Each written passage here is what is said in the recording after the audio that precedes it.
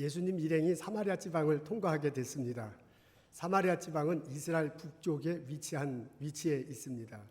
한때 이스라엘이 남북으로 갈라진 적이 있는데 북쪽 나라의 중심지 역할을 했던 그런 곳입니다. 남쪽 지역에 있는 사람들이 이 사마리아 지방에 있는 사람들을 별로 그렇게 달갑게 여기지 않았습니다.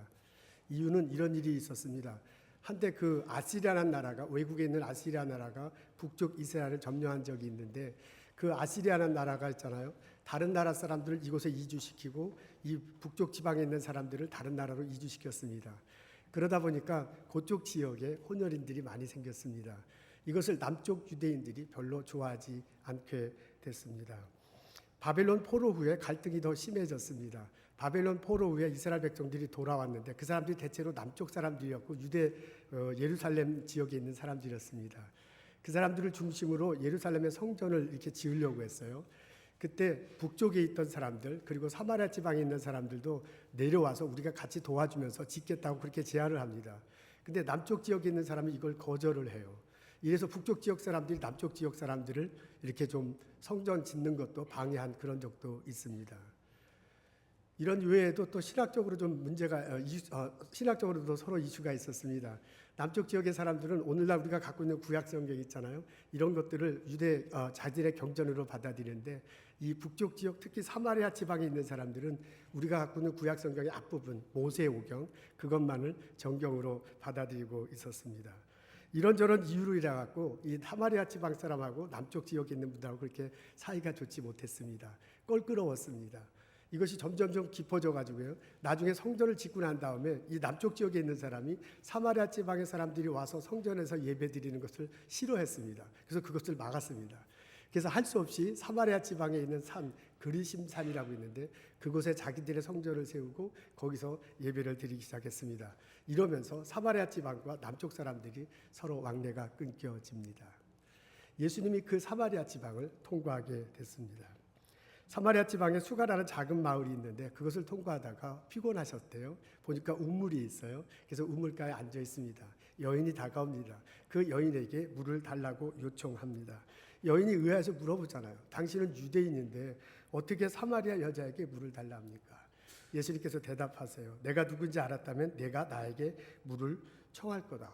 여자가 의아하게 생각해. 당신은 두레박도 없는데 여기는 이 깊은 곳인데 어떻게 물을 끌어내서 생수를 주겠다는 얘기입니까? 예수님이 대답하세요. 내가 주는 물을 먹는 자는 영원히 목마르지 아니하리니 나의 주는 물은 그 속에서 영생하도록 솟아나는 샘물이 되리라. 여인이 요청합니다. 주여 나에게도 그 물을 주시옵소서. 목마르지 않고 또 여기에 물길로 오지 않게 하소서. 예수님이요 그 소리를 듣고 의외의 제안을 해요. 너 가서 남편을 데려오라고 그럽니다. 여자가 남편이 없다고 그래요. 그러니까 예수님이 맞다. 네가 지금 6번째 남자하고 사는데 그 사람도 너의 남편이 아니다 라고 말하는 소리를 듣습니다. 그때요 이 소리를 듣고 난 다음에 여인이 깜짝 놀라는 듯한 그런 것들을 볼 수가 있습니다. 이번엔 대화 내용이 바뀝니다. 예배 장소가 언급돼요. 여자가 얘기해요. 우리 동네 사람들은 이 그리심산에서 예배 드려야 된다는데 또 어떤 사람은 예루살렘에서만 예배 드려야 된다는데 이게 어떻게 되는 건지 잘 모르겠습니다. 언젠가 그리스도 메시아가 온다고 하는데 그분이 오면 이게 확실해질까요? 라는 식의 이야기를 합니다. 그때 예수님이 뭐라 그러냐면 그리심산도 예루살렘도 그게 하시 아니라 신령과 진정으로 예배하는 자, 마음의 태도와 구세주를 고백하며 예수를 통해서 예배드리는 것이 중요하다라는 이야기를 해줍니다. 그러고 난 다음에요 여인이 갑자기 태도가 바뀝니다. 여자가요 물동이를 내려놨더래요. 물동이를 버려두고요 동네에 들어가 사람들에게 말해요. 나의 행한 모든 일을 말한 이 사람을 보라. 이 사람이 그리스도가 아니겠느냐. 그러니까 동네 사람들이요 놀래가지고 이 여자의 얘기를 듣고요 예수님을 만나러 와요. 그리고 예수님과 대화를 나눠요.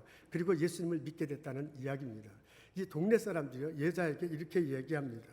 이제 우리가 믿는 것은 너의 말을 위함이 아니라 우리가 친히 듣고 그가 참으로 세상의 구주인 것을 알게 됐다라는 말을 하는 것을 볼 수 있습니다. 오늘 이 이야기를 유심히 들여다보면요 예수님에 대한 호칭이 여인이 예수님에 대해서 호칭하는 것이 점점 변하는 것을 알 수 있습니다. 처음에 여인이 예수님을 유대인이라고 그렇게 얘기합니다. 유대인이래요. 당신은 유대인인데 사마리아 여자에게 물을 달라고 합니까? 그러면서 조금 지나고 난 다음에 주 그래요. sir라는 표현을 씁니다. 주여 이런 물을 내게 주사 목마르지 않고 또 여기 물길로 오지도 않게 하옵소서 그래요. 그리고 좀 지나고 난 다음에 선지자라고 예수를 호칭합니다. prophet라는 표현을 써요. 남편 얘기하고 난 다음에 주여 내가 보니 선지자소로다 라고 말합니다. 그래서 좀 지나고 난 다음에 예수님을 그리스도, 영어로 보니까 the Christ라고 표현을 썼습니다. 예수님과 함께 예배 장소 이야기를 나눠요. 그리고 난 다음에 동네 사람들한테 가서 이야기할 때 이 사람이 Christ, 그리스도다라고 그렇게 말합니다. 나중에 동네 사람들이요 모여가서 예수님을 만나요. 예수님과 대화를 나눠요. 그리고 여인들에게 너가 말해서 믿는 게 아니라 내가 진짜 믿게 됐다라고 말하면서 뭐라면 그 사람이 세상의 구주이신 줄을 내가 믿게 됐다 그랬습니다. 영어 성경에 보니까 The Savior of the World 이렇게 됐어요. 예수라는 사람이 한 사람이 있는데요. 주변에 있는 사람들이 이 예수라는 사람에 대해서 호칭이 바뀌어. 처음엔 유대인이야. 나중엔 주야. 그러다가 나중엔 선지자가 되고요. 나중엔 크라이스트가 되고요. 맨 나중엔 마을 사람 모두가 다 뭐라고 하냐면 당신은 세상의 구주시다. 우리가 그것을 믿는다. 라고 말하는 소리를 들을 수 있습니다. 사람의 호칭이 바뀐다는 것은 그 사람과 나와의 관계가 달라진다는 거거든요. 그 사람과의 관계가 달라지는 이유는 내 마음속의 생각이 달라지기 때문에 그 사람과의 관계가 달라지는 거고 그 사람에 대한 호칭이 달라집니다. 오늘 이야기를 읽어보면 여자가 변하는 것을, 여자의 생각이 달라지는 것을 느낄 수 있습니다. 사실 예수님과 여자가 나눈 대화는 일상적인 것부터 시작을 합니다. 물을 달라? 물이 없다. 당신 이 두레박도 없는데 어떻게 기르냐? 라는 일상적인 삶의 이야기를 여자와 예수님이 처음에 나눕니다. 그러다가요, 예수님이 여자의 삶을 터치하기 시작합니다. 여자의 삶을 이야기해요. 너 남편을 데려오라. 그러니까 난 남편이 없다 그래요. 근데 이분이 그러니까 예수님이 말하잖아요. 5 남자하고 살았고 지금 남자도 사는데 그 사람도 너 남편이 아니다 그래요. 어떻게 해서 이분이 이렇게 많은 남자하고 살게 됐는지 그게 자인지 타인지는 모르지만 어쨌든 그것은 사실인 듯 합니다. 이렇게 복잡한 인생을 자초해서 사는 건지 살다 보니 그렇게 됐는지 모르지만 이 사람이요 여러 남자와 같이 산다고 하는 것은 이 사람에겐 큰 어려움으로 큰 삶의 문제로 다가왔을 것입니다. 그것을 본 동네 사람들과의 관계도 매우 껄끄러웠을 것입니다. 이 여자의 삶의 문제가 터치돼요. 예수님이 그것에 대해서 이야기합니다. 이번에는 신앙생활을 말합니다. 그리심산과 예루살렘 성이 언급돼. 그리심산이냐 예루살렘 성이냐. 그러니까 예수님이 말하잖아요. 이것도 아니다 저것도 아니다. 마음이 예수를 그리스도로 고백하느냐 하나님을 예배하느냐 그 태도가 중심이 신령과 진심으로 예배하는 그것이 중요하다라는 이야기를 합니다. 그러니까 이야기가 바뀌고 있어요. 그 여자의 신앙생활로 바뀌기 시작합니다. 나중에 여자가 동네 사람들에게 나가잖아요. 그러면서 뭐냐면 내가 행한 모든 것을 말한 이 사람을 보라 그래요. 자기가 행한 모든 것들을 예수님이 말했다요. 그러면서 이 사람이 바로 그리스도가 아니냐라고 선포하는 것을 볼 수 있습니다. 오늘 이 이야기 속에는 많은 것들이 담겨 있지 않지만 여자가 내가 행한 모든 것 이렇게 얘기했어요. 내가 행한 모든 것을 말했다 이렇게 말한 것을 보는 성경에 나오는 것보다 더 많은 대화를 예수님과 여인이 나눴습니다. 그리고 그런 과정 속에서 예수님이 그리스도라는 것을 알게 됩니다. 그러면서 뭐라냐면 그걸 동네 사람들한테 얘기해요.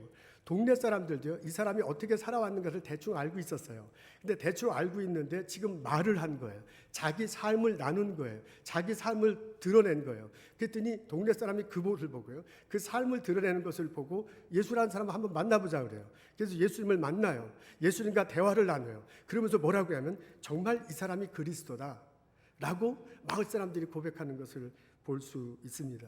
삶이 나눠지고요. 공동체가 형성돼. 그래서 그 사람들이요. 진정한 이웃이 되는 것을 알 수 있습니다. 여자가 바뀌었습니다. 여자가 예수님과 대화를 나누면서 생각이 바뀌었어요. 그래서 예수님에 대한 호칭이 바뀌어요. 그래서 그 사람이 자신에 대한 이해가 바뀌어요. 동네 사람들에 대한 이해가 바뀌어요. 삶에 대한 이해가 바뀌어.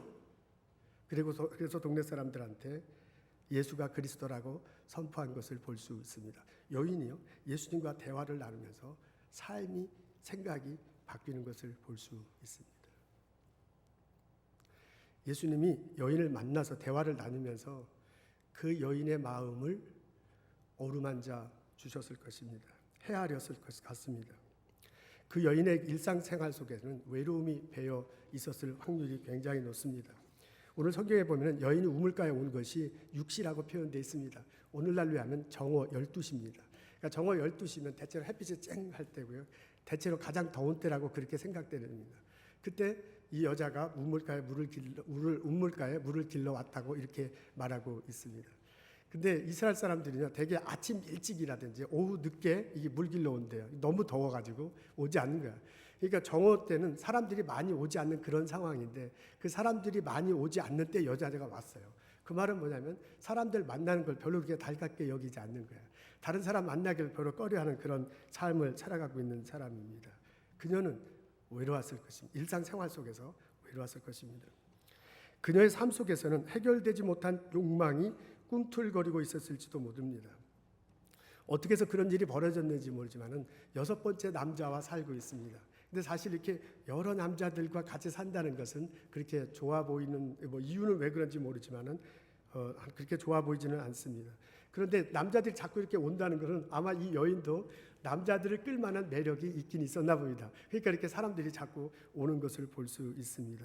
근데 그 사람들을 남편이라고 솔직하게 말하지 못하는 이런 상황이 됐어요.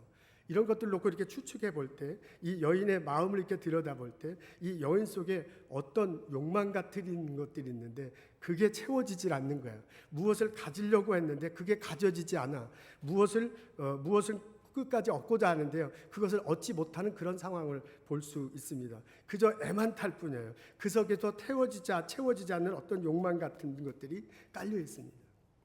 아마 이분의 그 종교 생활 속에서는, 이전의 신앙생활 속에는 죄책감 같은 것들이 많이 깔려 있었을 것입니다. 예수님한테 얘기하잖아요. 누구는 그리심산에서 예배하는 거라는데, 누구는 예루살렘에서 예배하는 건다는데 어느 게 맞을까요?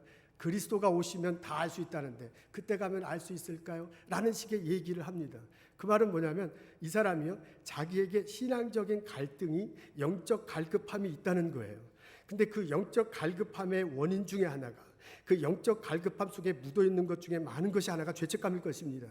어쨌든 여러 남자들과 같이 살아왔다는 삶이 동네 사람들에게 비추고 싶어 하지 않고 그 사람과 떨어지려고 노력했다는 것을 봐서는 이 사람 속에는요, 어떤 죄책감 같은 것, 어떤 영적 갈급함 같은 것들이 묻어있는 그런 상황이라고 볼 수 있습니다.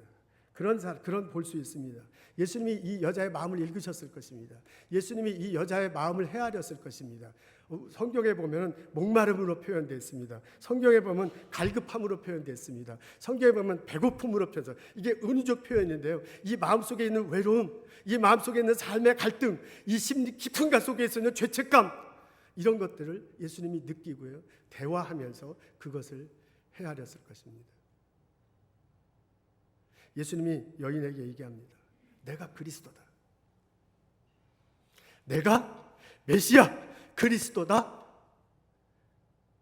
라고 예수님이 여인에게 말해줍니다. 기름 부음을 받은 자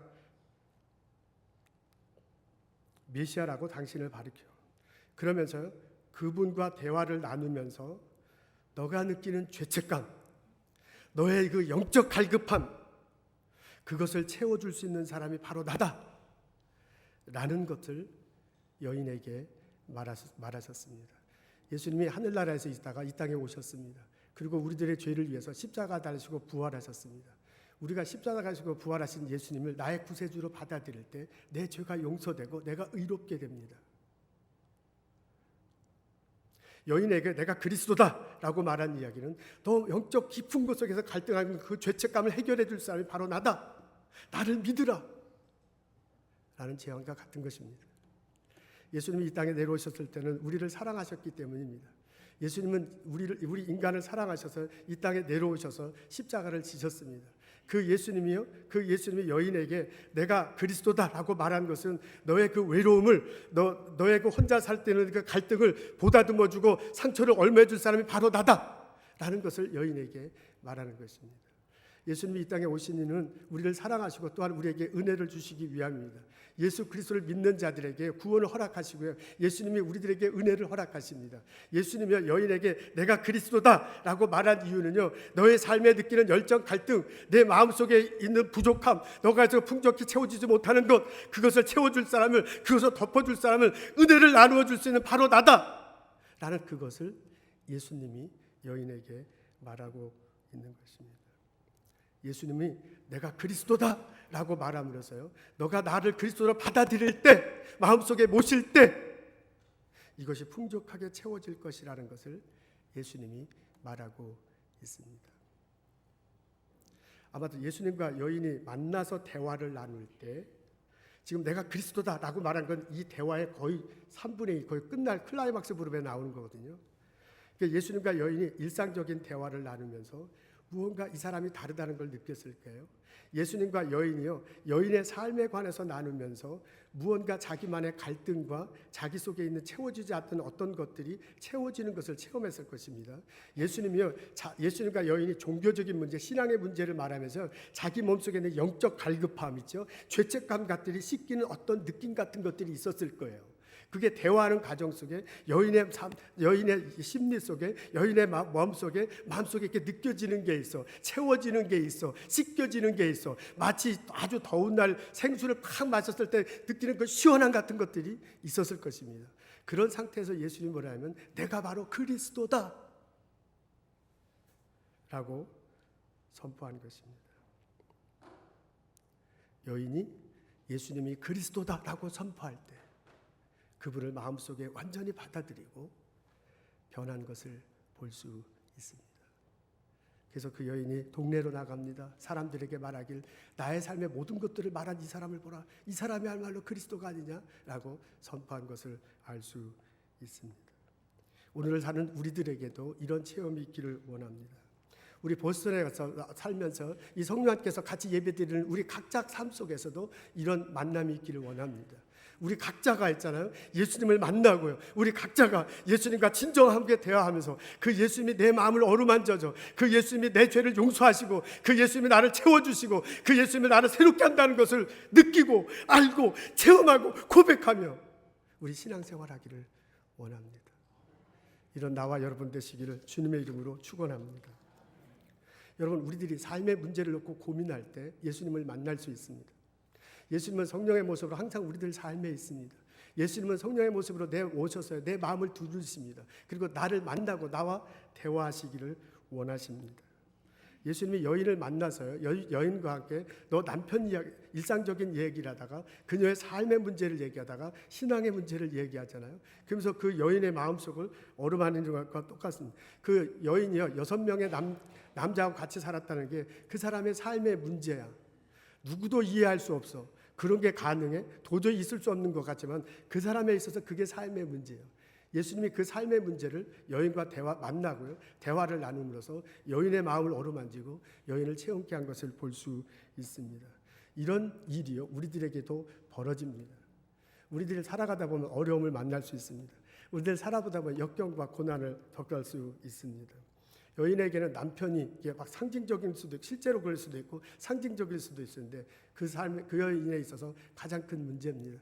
우리는 이와 똑같은 수도 있을 수는 참 없겠지만은 이것과는 다르지만은 마음속의 갈등과 영적 갈급함 같은 것들은 거의 이와 비슷한 수준의 어려움을 우리는 삶을 살아가면서 만날 수 있습니다. 그것이 자녀의 문제일 수 있습니다. 그것이 다른 사람과의 관계의 문제일 수도 있고요. 그것이 직장의 문제일 수도 있습니다. 그게 이웃들과의 관계의 문제일 수 있습니다. 그것들이 신앙상의 문제일 수도 있습니다. 내 인생의 목표가 흔들려서 이런 어려움이 닥칠 수도 있습니다. 살아가다 보면 우리들에게도 그런 어려움이 있어. 우리들에게도 그런 문제가 있어. 근데 그 문제가 있잖아요. 예수님을 만나고 예수님을 대화하고요, 예수님을 체험해서 예수님이 그리스도다 라고 고백할 수 있는 축복의 통로가 될 수 있습니다. 우리가 느끼는 그 외로움, 우리가 문제 속에 빠졌을 때는 오는 괴로움, 우리가 문제 속에 빠졌을 때 죄책감이 있을 때 예수님은 나를 만나길 원하고요, 나와 대화 나누기를 원합니다. 여러분, 내가 예수님이 내가 예수님이 내 마음속에 오더라요. 내 영혼을 터치하더라요. 먼저 예수님 먼저 이렇게 오셨거든요. 그분을 향해서 마음의 문을 열 수 있습니다. 우리는 이렇게 마음의 문을 열 수 있습니다. 내가 내 문제를 가지고요. 예수님한테 먼저 가는 것입니다. 내가 내 문제를 가지고 성경을 읽는 거야. 그러니까 나의 문제를 가지고 하나님 응답하시옵소서, 예수님 말씀해 주십시오 하고 성경을 읽다 보면 그전에는 술술술술 넘어갔는데 그냥 어떻게 딱 글자 하나가 혹은 어떤 문장 하나가 어떤 예수님의 말이 막 확 마음에 와닿는 경우가 있습니다. 그거는 내가 내 문제를 가지고 예수님께 나아갈 때 예수님이 말씀을 통해서 내게 대화를 시작하는 겁니다. 예수님이 내게 말씀해 주시는 것입니다. 여러분, 우리들의 삶의 어려움을 문제 가지고 하나님께 나가 예수님께 나가 기도할 수 있습니다. 기도를 안 하다가 하면 참 기도하기는 참 어려워요. 그래서 무슨 말을 기도할지도 모르겠는데 그래도 엎드리고요. 그래도 무릎 꿇고요. 하나님 앞에 자기의 문제를 자꾸 이야기할 때, 그리고 자꾸 기도할 때, 그러다가 졸기도 하고요. 그러다가 깊이 기도할 때도 있겠는데 기도하다 보면 어느 때 갑자기 내가 생각지 못한 말들이 떠오를 수가 있습니다. 갑자기 이 문제가 이렇게 해결될 것이라는 어떤 힌트 같은 것들이 그냥 무작정 머릿속에 떠오를 수도 있습니다. 그게 예수님이 내게 대화를 시작하는 것입니다. 여러분, 그런 대화를 우리는 시작할 수 있습니다. 삶의 어려움을 가지고요. 나와서 찬양할 때 노래가 좋다. 저 사람 찬양 잘한다. 오늘 연주가 참 좋다라는 그런 경우도 있지만 어떤 교회는 이렇게 같이 이렇게 찬양할 때요. 찬양 가사 중에 하나가 내 마음을 사로잡을 수도 있습니다. 아니면 누군가의 그 피아노 터치 하나만으로도요. 갑자기 내 마음이 열릴 수도 있습니다. 그게 음악을 통해서요. 예수님이 나에게 접근해 오시는 거예요. 예수님이 나에게 대화를 시작하는 겁니다. 우리는 예배 이렇게 다 같이 모여서 예배를 드립니다. 우리는 이 예배 시간에 성령이 오셔서요. 성령이 함께 예수님이 성령의 모습으로 오셔서요. 우리의 예배를 받으신다고 그렇게 고백해. 그렇게 모여서 찬양해. 그렇게 모여서 우리가 성경 말씀을 읽고 기도해. 우리가 그런 애타는 마음을 가지고요. 예수님 말씀해 주시옵소서. 예수님 만나길 원합니다. 예수님 대화를 시작하기를 원합니다. 라고 예수님께 나아갈 때 그 어떤 것을 통해서 갑자기 내게 깨닫게 하는, 그 어떤 것을 통해서 내가 느껴지는 게 있어요. 그 어떤 것을 통해서 내가 알지 못했던 것들이 다가오는 것이 있습니다. 그것이 바로 예수님이 나와 함께 대화를 시작하는 것입니다. 여러분, 그 대화의 시작은 오늘 성경에 나오는 것처럼 유창하게 왔다 갔다 이렇게 할 수도 있습니다만 그 대화의 시작은 처음 한두 마디 왔다가 도저히 이게 대화인지 아닌지도 모르게 오랜 시간에 걸쳐서 나에게 대화가 오고 갈 수도 있습니다. 어떤 경우는요, 한 달, 내가 묻고 한 것에 대한 답이 한 달, 어떤 것을 내가 묻고 답한 것이 거의 두세 달 이렇게 지나가면서 오랜 세월이 있을 수도 있습니다. 마치 어린애가 처음 엄마하고 대화를 나눌 때 그 대화는 대화인데 이게 엄마라고 제대로 부르는 거지 대화를 시작하는 거지 잘 모르면서 얘기를 하잖아요. 그래도 엄마는 아이과 대화를 나누잖아요. 그 애가 이렇게 말문이 터이기 시작하고 좀 지나면 얼마나 말을 잘해. 그런 것과 똑같아. 예수님과 대화를 하는 것도요. 처음부터 지금 예수님과 사마리아 여인 만난 것처럼 절잘절잘 그렇게 대화 나누는 게 참 어렵습니다. 그럴 수도 있습니다. 성령께서 어떻게 역사하시느냐에 따라서 그럴 수도 있습니다. 근데 처음 대화의 시작은 어린애같이 천문 만물 여기가 참 어렵습니다. 근데 자꾸 하다 보면 성령께서 역사하시고 성령께서 붙들어줘서 우리들이 예수님과 대화를 나누고 체험할 수 있습니다. 여러분, 예수님을 만나기 시작할 때, 예수님과 대화를 나누기 시작할 때 나의 인생이 바뀌는 것을 볼 수 있습니다. 예수님과 만나는 그 순간, 예수님과 대화하는 그 순간 그분이 그리스도라는 것이 느껴지고요. 그분이 깨달아지고 그렇게 고백할 수 있습니다. 내가 예수님을 만나게 될 때 내 인생이 바뀌어요. 여인이 뭐라면 물동이를 내려놨대요. 영어로 보면 그냥 리빙이라고 그러는데 한국말로 보면 물동이를 던져놨대요. 이 사람이 온 건 물길로 왔어. 근데 물동이를 던져놓고요. 마을을 가서요. 저 사람이 그리스도다라고 선포하는 것을 볼 수 있습니다. 이 사람의 우선순위가 바뀌었어요. 이 사람은 물길로 왔어. 내가 육신에 마실 물을 받았는데요. 이 육신에 마실 물보다 더 중요한 게 영혼에 마실 물이야. 영혼의 생수야. 그래서 이걸 던져놓고 가서 말했어요. 그전에는요, 자기 개인의 문제가 굉장히 이슈였어요. 그랬는데 이번에는 사람들에게 가서 동네 사람들한테 말하는 것을 볼 수 있습니다. 삶의 우선순위가 바뀌어요. 인생이 바뀌어요. 그리고 자기 혼자 외롭게 사는 게 아니라 다른 사람들과 더불어 살아가는 것을 알 수 있습니다. 내 인생이 예수님을 만나고요. 예수님이 내 인생에 들어오셔서 내가 변합니다. 나로 인해서 동네 사람들이 변하기 시작합니다. 그래서 그리스도 안에서 온 이웃이 새로운 공동체가 생기고요. 우리가 서로 그리스도 안에서 서로 사랑하는 형제가 자매가 되는 것을 볼 수 있습니다. 나의 문제는 예수님을 만날 수 있고 예수님과 대화 나눌 수 있는 통로가 됩니다. 나의 삶의 고민은 저분이 그리스도다라고 고백할 수 있는 귀중한 통로가 됩니다. 나의 삶의 문제를 가지고 예수님께 나아가 예수님을 만나고 예수님을 대화하고 당신이 그리스도다 고백하며 살아가는 나와 여러분 되시기를 주님의 이름으로 축원합니다. 아멘. 여러분, 이효령 씨는 문화부 장관을 역임했습니다. 이화여자대학교 교수였고요. 이분이 2007년도에 기독교에 귀의합니다. 2007년도 7월 달에 세례를 받습니다. 당시 73세였다고 하는데 한국의 대표 지성으로 불리는 그는 무신론자로 생애 대부분을 보냈습니다. 기독교는 인간 사회에 있는 한 문화적인 현상이다. 그것을 인정하지만 미신 차원의 기독교를 내 신앙으로 받아들일 수 없다라고 평생 말해왔던 그 사람입니다. 그분이 7순이 넘어서 예수님을 영접합니다. 그러면서 뭐라고 쓰냐면 과학은 설명할 수 있는 것을 설명하며 예술은 설명할 수 없는 것을 설명합니다. 종교는 설명해서는 안 되는 것을 설명하는 것입니다. 종교적 현상은 체험해야 합니다. 그것이 영성입니다. 신앙은 경험되는 것입니다. 나는 디지로그를 쓰면서, 이 디지로그가 책이에요. 디지로그라는 책을 쓰면서 인터넷을 통해 물질이 아닌 것이 영상으로 나타나는 것을 알았습니다. 1과 0의 조합으로 영상과 노래, 텍스트가 나옵니다. 컴퓨터가 나오기 전에는 전혀 체험하지 못했던 것입니다. 컴퓨터를 통해 비물질이 메시지가 되어 나타난 것을 보면서 영성을 어렴풋이 이해하게 되었습니다. 보이지 않는다고 없는 것은 아닙니다. 하늘과 접속하면 신앙적 세계를 다운로드 받는 기적이 일어날 것 같습니다. 이게 국민일보에 쓴 이 사람의 글입니다. 이효령 씨가요, 하나님을 믿게 된 것이 그 딸 때문이라고 합니다. 딸 씨가 이제 장민아 씨인데 그분을 통해서 이분도 이제 그전에 예수를 믿지 않았다는데 그 딸을 통해서 이효령 씨가 예수님을 믿게 됐습니다. 장민아 씨는 이제 40대 후반에 이제 변호사였고요. 로스앤젤레스 지역에 살았답니다. 20대에 이제 미국 유학 오잖아요. 그래서 30대 초반에 이제 로여가 됩니다. 총명하고 아주 장래가 총명되는 사람이었다 그래요. 주로 이제 캘리포니아 지역에서 많이 활동했는데 청소년 마약 범죄 그런 것 검사하고 변호사하는 일을 했습니다. 성공한 한국인으로 이름을 날리고 있었습니다. 그가 32살 때 암에 걸리잖아요. 갑상선 암이에요. 수술했지만 두 차례나 이게 발생합니다. 그래서 이 아이 갑상선 암 때 굉장히 고생해요.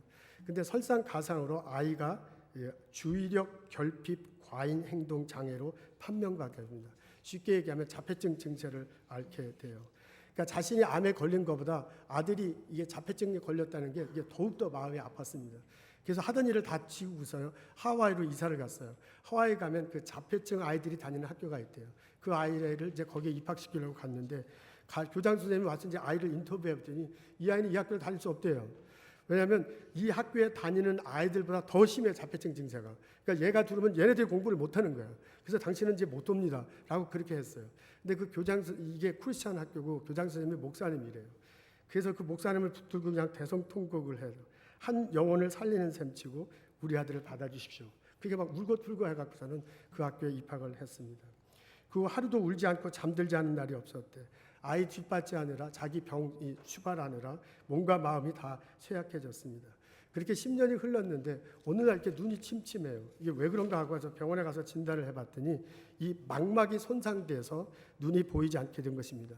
그러면서 머지않아 실명될 거라고 그렇게 진단을 받습니다. 이 소식을 한국에 있던 아버지가 들어요. 그래서 이효령 씨가 깜짝 놀라갖고 왔어. 그래서 하와이 와서 보니까 진짜 하와이에서 보니까 이 눈이 갑자기 안 보이는 거예요. 그래서 눈이 갑자기 안 보이는 거예요. 그래서 설거지하다가도 설거지를 하지 못하게 갑자기 보이지 않으니까. 그것을 보니까서 이효령 씨가 마음이 무너졌습니다. 그러면서 내 딸이 시력을 잃게 되어 평생 나를 보지 못하게 된다는 소식을 믿을 수 없었다. 그러면서 딸에게 잘해주지 못한 죄책감 같은 것들이 밀려옵니다. 그러면서 처음으로 딸이 다니는 교회가 아주 자그마한 하와이에 자그마한 교회가 있었다는데 그 교회에 갑니다. 그리고 평생 처음으로 혼자 기도를 합니다. 하나님, 나의 사랑하는 딸에게서 빛을 거두지 않는다면 남은 삶을 주님의 자녀로 살겠습니다. 그렇게 딱 한마디 기도했습니다. 그리고 한국에 왔어요. 한국은 좀 더 이렇게 정밀 검사를 해보자, 한국에 와서. 그래서 한국에 가기 전에 전날 밤 예배를 드리는데 이효령 씨도 있고요, 엄마 아버지 있고요, 이 장민아 씨 여기 있는데 예배를 드리는데 이 장민아 씨가 그냥 막 대성통곡을 하면서 하나님을 원망해. 하나님 어떻게 이렇게 나를 버리실 수 있습니까? 그래서 하와이에서 한국으로 비행기 타고 가는데 비행기 안에서도 계속 우는 거예요. 하나님 어떻게 나한테 이럴 수 있습니까?